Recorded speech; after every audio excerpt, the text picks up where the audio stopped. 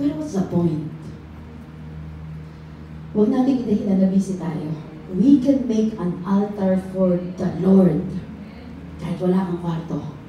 Ang kwarto ko doon, yung bodega. Kasama ko lahat ng mga gamit doon, pala, alcohol, pintura.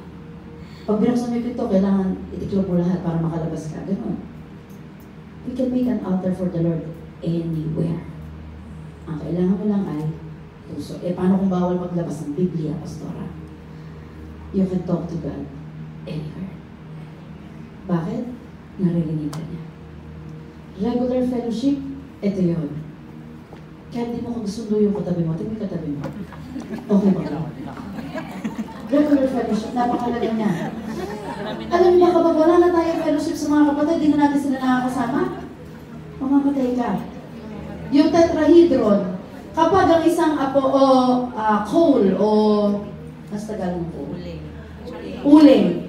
Pag nagbabarbecue ka, ihiwalay mo yan, yung apoy na yan, yung coal na yan. Ihiwalay mo sa nag-aapoy, ano mangyayari sa kanya? Mamamatay siya di ba?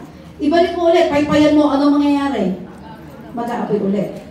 Sabi mo sa kapatid mo, hindi mo kaya mag-isa. Hindi natin kaya mag-isa. Dito, gusto mo mag-isa? Mamamatay ka talaga. Spiritually, bakit? Tatangayin ka ng mundo. Tatangayin ka nila.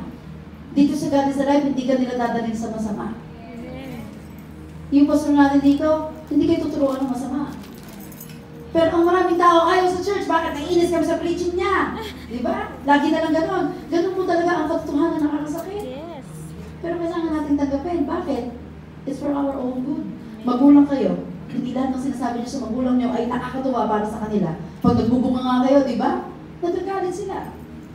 Pero ginagawa niyo pa rin. Bakit? Because you want good for them. Gusto niyo mapabuti sila. Sila, ganun din. Ganun din yung mga pastor dito na nagtuturo sa atin. Regular fellowship. So, systematize our approach in building spiritual disciplines. Ano tawag dyan? Spiritual disciplines. Sabi nga po natin, spiritual disciplines. Hindi natin pwedeng pabayaan. Mamamatay tayo. Pakibasa po.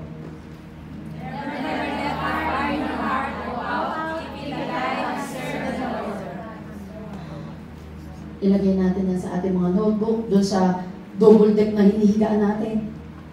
Sa kung saan man lagi mo nakikita. Never let the fire in your heart go out. Keep it alive. Serve the Lord. Tumatanda tayo, tumatagal tayo. Nagtatagal tayo sa church, pero hindi tayo magsasawa. Amen po ba? Napapagod tayo, pero hindi tayo ayaw, hindi tayo susuko. Maraming pagsubok sa buhay. Isa sa mga dahilan kung bakit nawawala yung apoy ng tao, maraming trials, maraming testings, sufferings, betrayals, problema, karamdaman. Minsan sinisisi ng tao ang Diyos, bakit siya nagkakasakit o bakit siya nababaon sa utang. Pero hindi yun ang gusto ng Panginoon sa'yo. Never let the fire in your heart go out. Hindi nais ng Panginoon na malayo ka sa Kanya. Para ng isang magulang, lagi ko yung example, alam niyo ba kasi isang magulang? Alam niyo ba wala po akong anak, pero may mga inaalagaan ang bata nila ang asawa. Hindi ko sila anak, di naman sila lumabas sa akin. Pero pag maalis sila pag linggo, uwian na, nalulungkot ako. Pag-isa na ako sa bahay. Kaya, ang gagawin ko, luluto ako ng maraming pagkain, para kain sila na kain doon, ato sila lagi. Alam niyo kung bakit? Gusto ko sila lagi kasama. Masaya ako doon. So, what's the point? Si Lord gusto ko rin lagi niya kasama. Pag wala ka dito, nalulungkot siya. Kapag pinapapalit natin siya sa iba, sasaktan siya.